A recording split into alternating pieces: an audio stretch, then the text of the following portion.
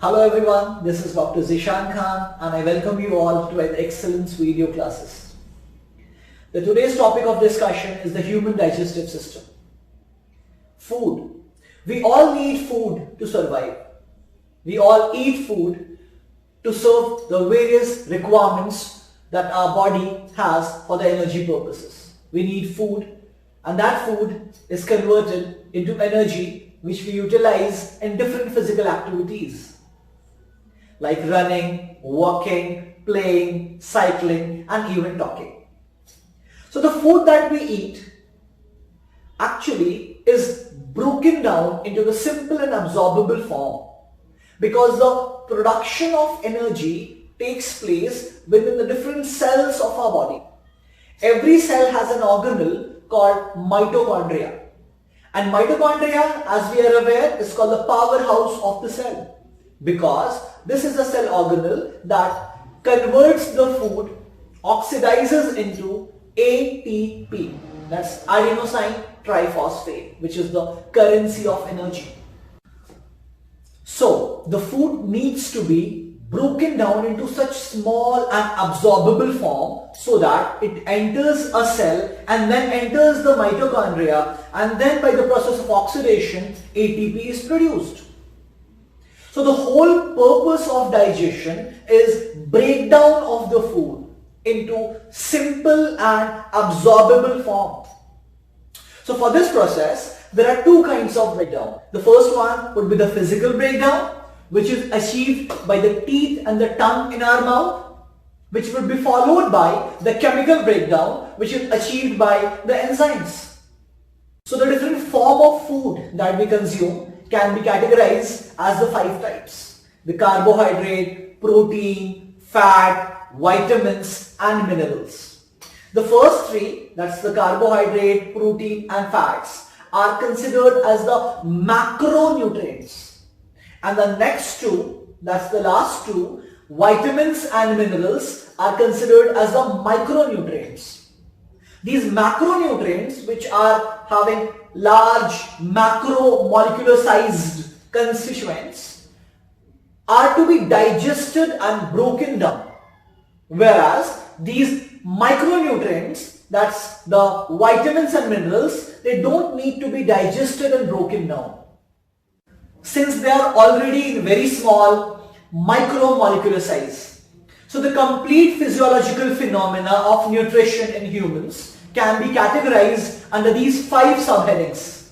That is ingestion of food, that's taking in of the food, digestion of food, breakdown of food into the simple and absorbable form, absorption of the food, assimilation, that means the distribution of this digested food via blood to different parts of the body, and then the final one is the egestion of the undigested food out of the body. So the process of nutrition begins with the first step, that's ingestion of the food. That is taking the food in our oral cavity, that's mouth. The oral cavity consists of 3 primary structures. That includes the tongue, the teeth and the salivary glands. The tongue is a muscular organ which churns the food and which helps the teeth to masticate the food and physically break down into small bits. The salivary gland in our oral cavity are of 3 kinds, which is parotid gland, submaxillary gland and sublingual gland. There are 3 pairs of salivary gland, overall 6 salivary gland, that continuously secrete saliva during the churning and the mastication of our food. So the food undergoes a physical breakdown with the help of teeth and tongue, and the chemical breakdown with the help of the saliva in the mouth itself. So we would say the digestion of food begins in mouth itself. The digestion process actually starts in our mouth itself. The food, once churned, chewed and masticated, becomes the partially digested food, which is given a term called bolus. Bolus is the partially digested food in the mouth which is ready to be swallowed. So the bolus once passes down into the pharynx, then enters into the esophagus and reaches the stomach. Esophagus is a muscular tube-like structure that carries the food from the pharynx to the stomach. The food passes in the esophagus by a particular movement known as peristaltic movement. It is defined as the rhythmic contraction of the muscles of the alimentary canal that pushes the food forward and downward. Food, once reaches the stomach, stays in the stomach for a few hours. The walls of the stomach collectively secretes a juice known as gastric juice. Gastric juice has three basic components within it, which includes HCl, mucus, and enzymes. There are two kinds of enzymes that includes pepsin and renin. Renin is a particular enzyme that is secreted in more amount in quantities in children, and in adults the amount of renin reduces significantly. HCl, released by the walls of the stomach, activates an inactive enzyme known as pepsinogen into pepsin. It also dissolves the minerals and do kill some of the microbes and germs if at all present in our food. The mucus lubricates the food for the easy passage through the peristaltic movement. Along with that, the second role of mucus is that it prevents the inner wall of the stomach and the alimentary canal from the acidic effect of HCl. As of the pepsin is concerned, it's an enzyme. And this pepsin breaks down the protein molecules into peptones and proteases. That is, the broken form of protein. So the partially digested food in the stomach is given a term called CHYME. Let us recapitulate what we went through. We discussed that the partially digested food in the mouth was called bolus, in which the starch content of the food, the carbohydrate content, was broken down by salivary amylase of our saliva, and the starch was converted into maltose. In the form of bolus, this partially digested starch reaches the stomach. In the stomach, the pepsin enzyme acts upon the protein component of our food and breaks the protein into peptones and proteases. So, once the partial digestion of the food takes place in the stomach, the food is pushed forward into the small intestine. Small intestine, one of the largest and the longest part of the alimentary canal, around 7 meters long. This has three parts. It has been divided into three parts. The part connected with the stomach is called duodenum, then follows jejunum, and the last part is called ileum, which is connected into the large intestine. So duodenum, jejunum, and ileum are the three parts of small intestine. Small intestine is a long but a narrow muscular tube where the complete digestion and absorption of the food takes place. It is provided with on the walls of the small intestine. There are small finger-like projections which are called villi, from where the absorption of the digested food takes place. The anterior part of the small intestine, that is the duodenum, it receives two ducts along with the food coming from the stomach. One of the duct comes from the gallbladder, which carries the bile juice along with it, and another duct carries the pancreatic juice that comes from the pancreas.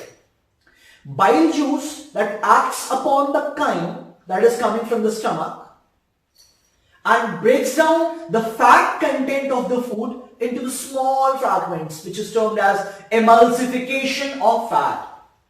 And the pancreatic juice contains three very important enzymes for the digestion of all the remaining content of the food. Remaining content, that is the partial digestion that took place in mouth, the partial digestion that took place in stomach. All the digestion now will be completed in the complete length of the small intestine.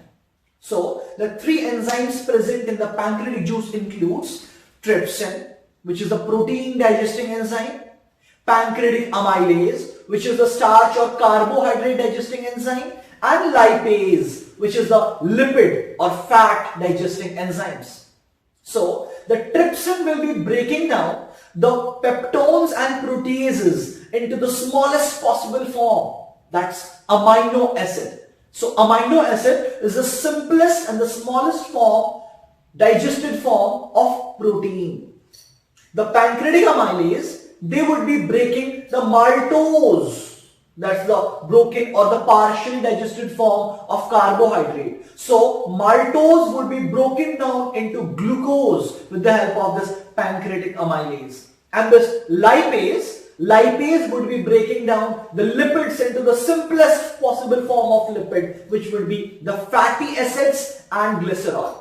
So the three macronutrients of our food, that is carbohydrate, would be finally broken into the smallest possible bits known as glucose.